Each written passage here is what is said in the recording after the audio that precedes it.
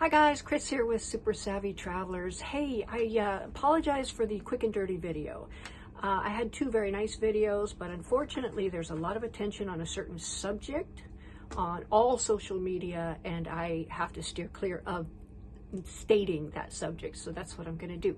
What I'm going to stick to is Calabria and what's happening there with regards to restrictions and that sort of thing. Now, if you don't know this about Italy, it has been divided into zones, and various areas, regions in Italy are in certain zones, okay? So what we have in Calabria, it's called a red zone. So you have red, yellow, and orange. Red being the highest risk, orange second highest, and then yellow is really most of Italy is in the yellow zone.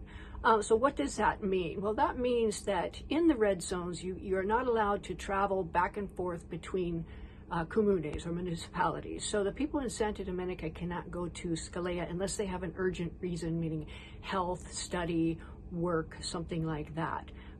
In order to go and come back, you have to have a certification, what do they call it, a self-declaration form that states your reason that you go to this place, and then you have to have another one that allows you to come back.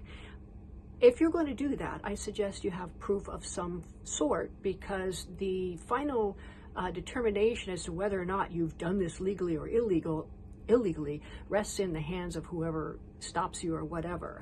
I would get as much proof as you can possibly get if you're going to do that. The rest of the people have to stay within their municipality, and I think they're pretty much on lockdown, very much like they were back in March and April, which is really unfortunate.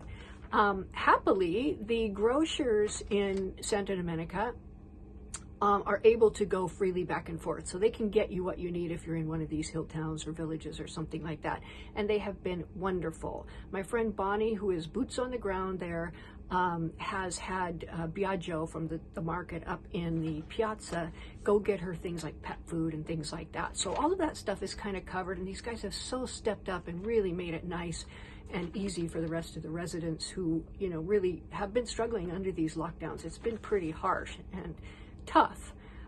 So there you go on that. Oh, another thing is, it's not a good time to ship your pets. I've seen some things come across my emails and that sort of thing. Can I ship my pets? No, don't do it, and I'll tell you why. Let me just share with you Bonnie's nightmare scenario with this whole thing and trying to ship pets. Now, her sister, right when this whole thing started, her sister was going to leave and go back to Mississippi. She had a plane ticket, and the pets were transported up to Rome, and they were going to take the next flight out after hers. Her flight took off, and then everything shut down. So those pets were stuck in Rome for 8 days with very poor care. They were very sick by the time Bonnie got them back. So Bonnie then had to pay to get them taken back to Santa Domenica, where she then cared for them for months and months, and then rearranged the trip and the shipping, and ultimately they made it to their destination. But it was beyond stressful for everybody involved, and the pets were not in good shape, and she had to get medical care. I mean, it was a disaster. So don't ship your pets.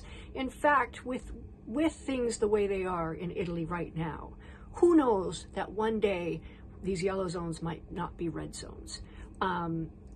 You never know. And from what I'm understanding, even people who are there, Americans, are not able to travel home. I've heard this, that's anecdotal. I don't know if it's actually true, but I wouldn't take a chance right now. So if you're planning on going to Italy, I would wait till this blows over. The good news is we're planning a lot of really fun and exciting things for next spring. Right around June, July, and August, we're going to be there. We're going to be doing our workshops, property purchase workshops, and we're going to have speakers, and all kinds of things are happening, tours, so many fun things. So please keep your eyes on after this whole thing and recreating the dream and the future. Don't let it stop you. This is a bump in the road. This thing cannot last forever. So there you go. Anyway, let's keep the dream alive. Let's keep the hope alive. And I'm going to see you there very, very soon. Take care.